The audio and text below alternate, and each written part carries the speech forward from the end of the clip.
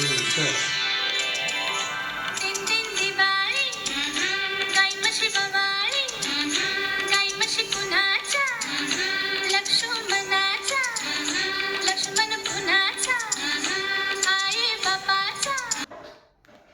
Hello friends, नमस्कार.